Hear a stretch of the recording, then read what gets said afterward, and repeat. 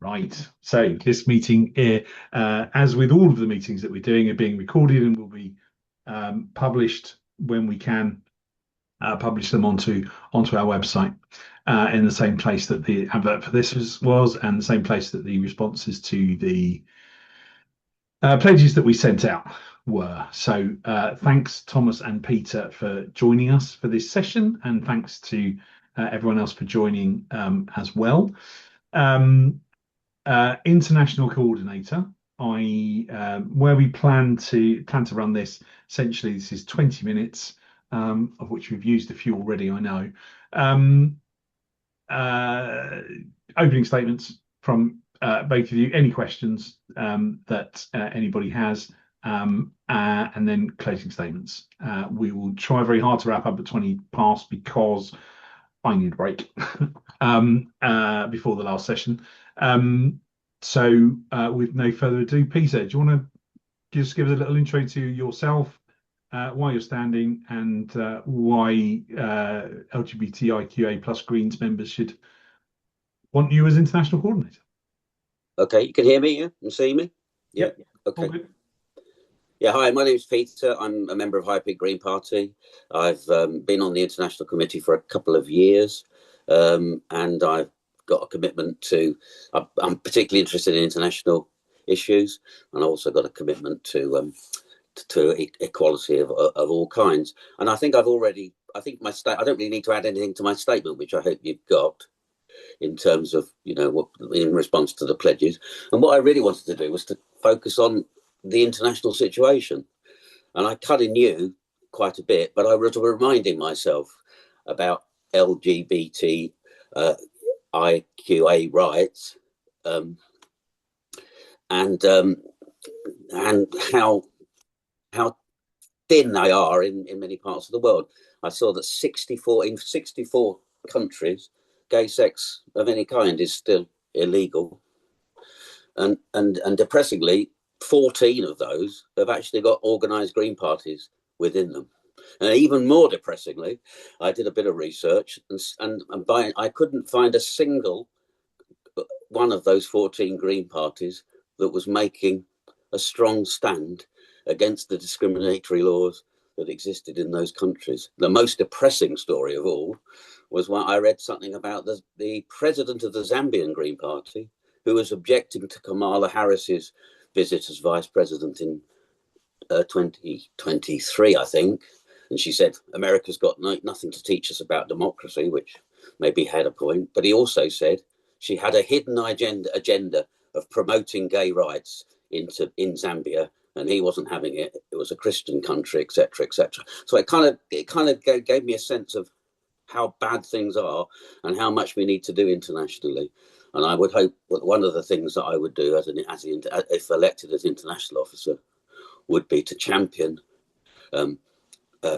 gay and lesbian and trans rights of all in all places, and see what we could do to kind of convince the green community, particularly in those countries where it is illegal, with those 14 green parties, to actually stand up to the task. And I hope that would be a priority for me.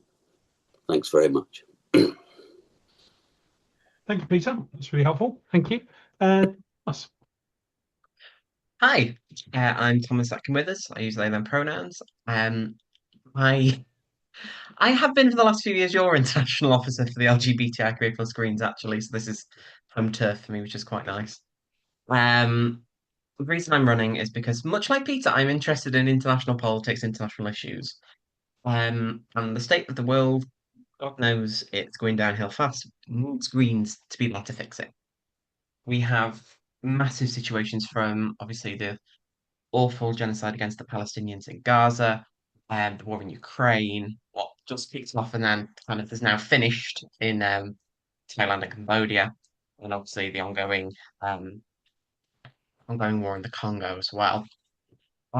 So amongst all that, alongside that, we are facing a pushback around Europe. Greens lost seats in the European Parliament. We lost seats in Germany. We lost seats in France.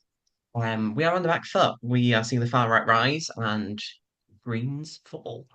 And Part of me thinks that is because we aren't loud enough, quite frankly. I think sometimes we can be a bit too quiet about what we believe in. I know there are some amazing green activists across Europe that are a bit more louder about that, and I think that's what we need to do. We need to push for obviously equality wherever we go. Europe is somewhere that's been struggling with that. We've got Orban's Hungary, we've got Slovakia, we've got Romania and Bulgaria as well. And Poland has been a problem child as well. Italy is now kicking off, and the Netherlands is falling too far as well. So we need kind of a double-edged sword. We need to be fighting on the climate crisis, and we need to be fighting on equality. We need to be fighting on all manner of issues. And we need to make sure we have the right policy. We need to make sure we are training our activists so they know how to fight the fight, right? Because this is a fight we cannot lose.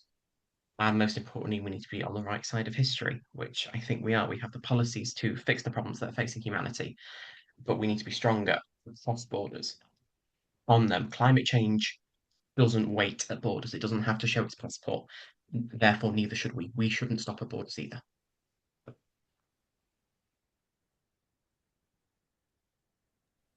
Thanks, Thomas. That's really helpful.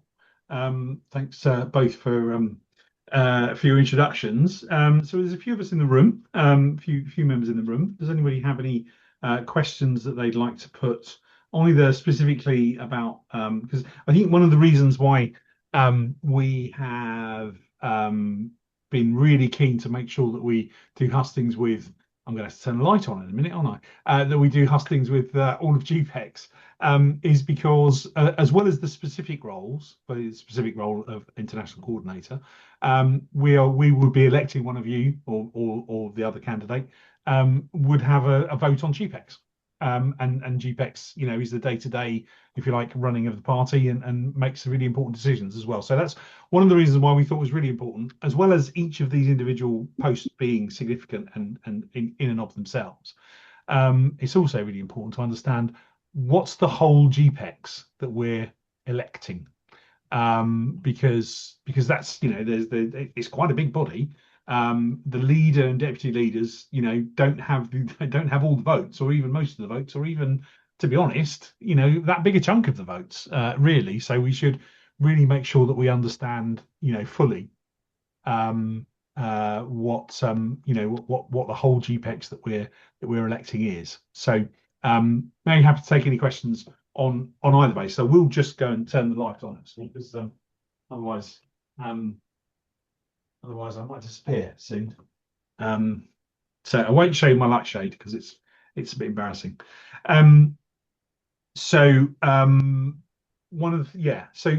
Question that's come up in various ways in lots of these conversations. I guess the way that I put it is, outside of the international role, and I'll come back to the international role in a moment. Outside of the international role, what do you think is what's the number one thing that you're concerned about in terms of how GPEx does its job, or what is top of the list for GPEx to do? What's the most important thing that outside the specific role that you will be taking into your first GPEx meeting? Can I say? Let's go back to Peter to start with.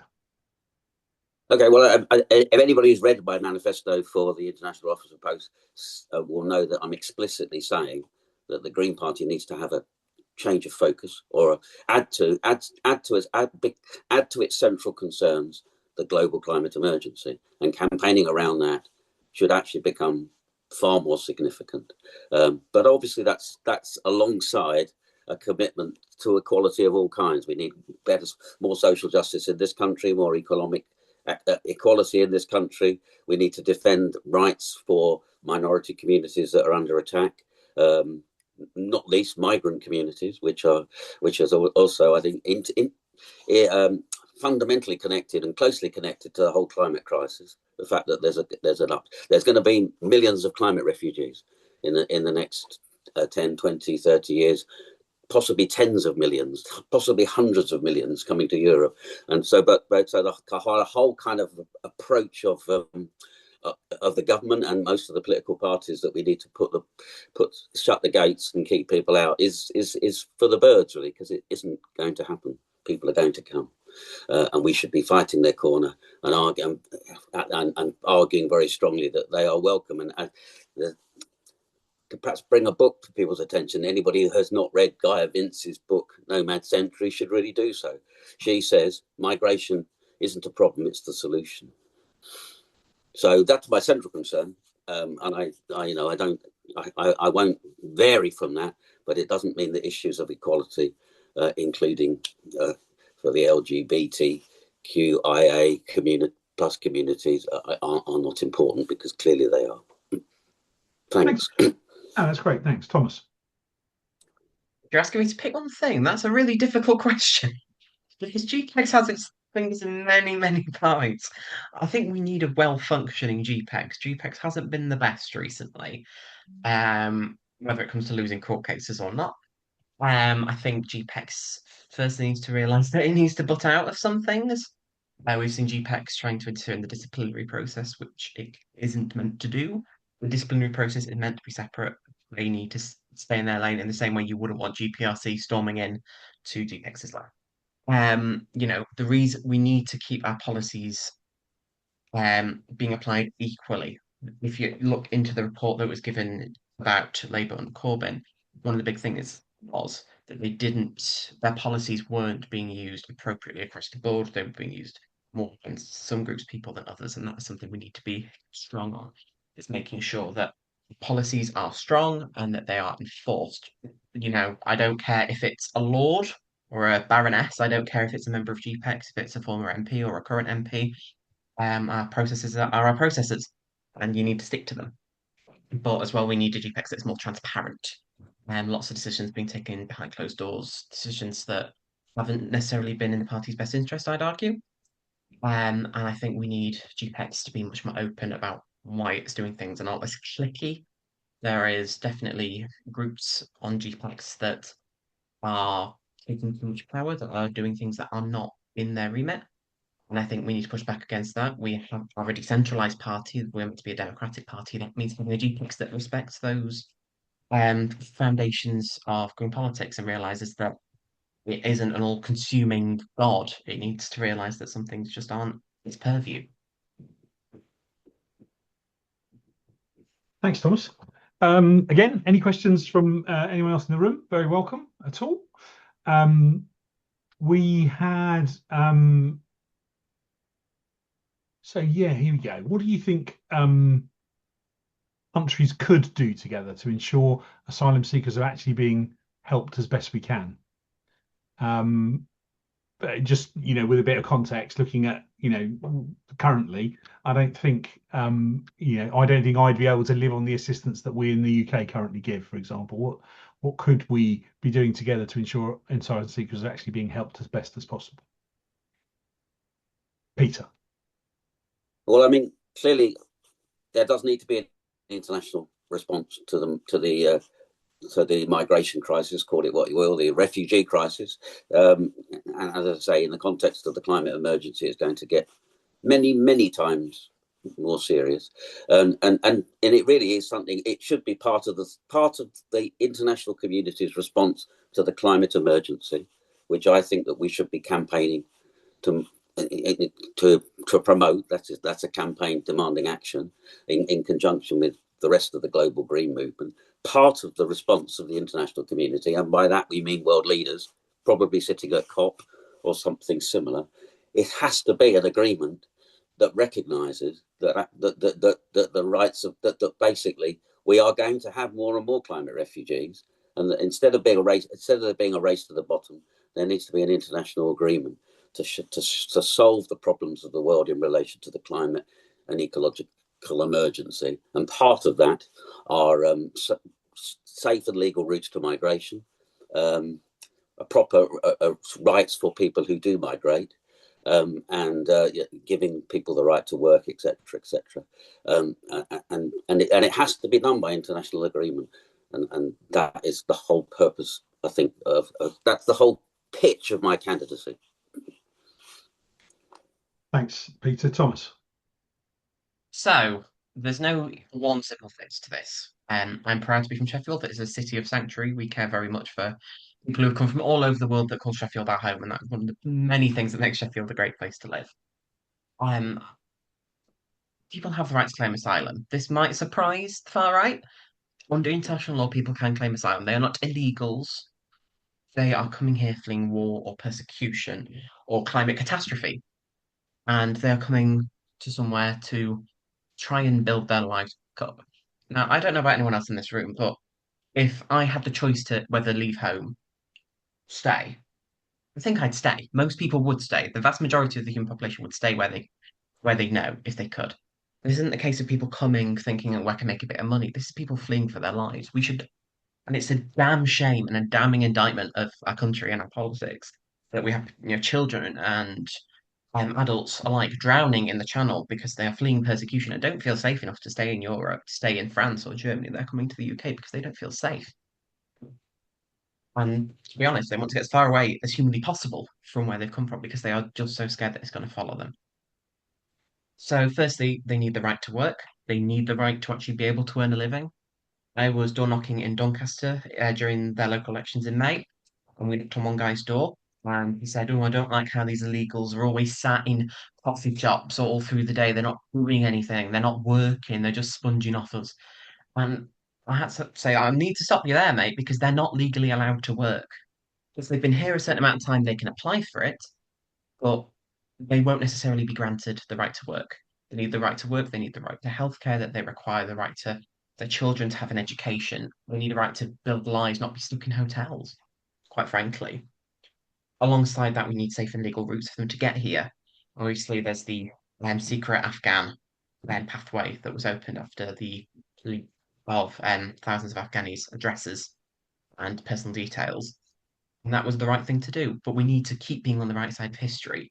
And so that means giving people a safe and legal route to get from places that are affected by war, that are affected by political persecution, to the UK and allow them to build their life again. I'd like to finally end by rejecting the narrative we keep hearing from the far right that oh, if you're illegal, you're if you come here, if you're seeking asylum or an illegal, as they call them, and you get to the top of the housing ladder, you get the top, the top of everything. That's not the case. Trust me. I know the housing situation in Sheffield. No one's at the top of the ladder. Um, this isn't a fight between people who've lived here, 30 years and people who are arriving on boats fleeing persecution. This is a fight between the 99% of the 1%, and we need to make sure we are on the side of the 99%. And that means rejecting um, everything the far right is saying, rejecting that their division and their sowing of hatred, and actually saying, you know what, no, it's not the people, as Zach said, that are arriving by boats that are the biggest threat to us as people. It is the people flying in private jets and floating over the oceans on big private yachts. Thanks, Thomas. So I think we need to kind of think about wrapping up so that we can crack on with the next section fairly soon. So what I'm going to do is just mention a couple of things that have been in the chat and ask you to sort of wrap up with those in mind. So there's a question about encouraging North Sea countries to work together to phase out oil and gas extraction faster.